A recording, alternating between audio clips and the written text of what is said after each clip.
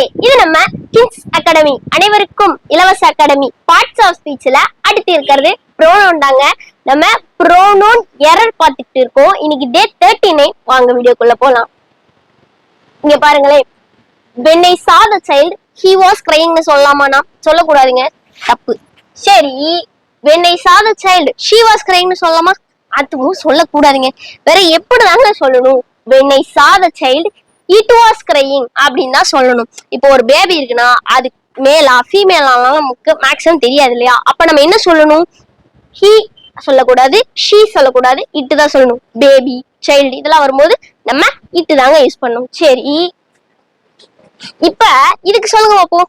One must do his own duty, one must do her own duty அப்படின்னு சொல்லலாமாண்ணா?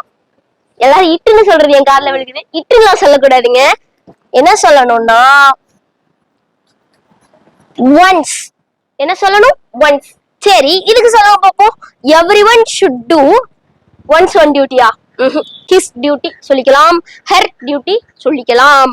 எவ்ரிஒனுக்கு his her இதுதான் சொல்லணும். இந்த இடத்துல ஒன்ஸ் போட்டுற கூடாது. சரி, ஓகேங்க. நாளைக்கு நம்ம ஹூ இஸ் தேர் அப்படின்னு ஒருத்தவர் கேட்கிறாருன்னு வைங்களேன், நம்ம ஹீ இஸ் ராமு அப்படின்னு சொல்லணுமா இல்ல இட் இஸ் ராமுன்னு சொல்லணுமா? இத பத்தி நாளைக்கு பார்க்கலாம். தேங்க்யூ.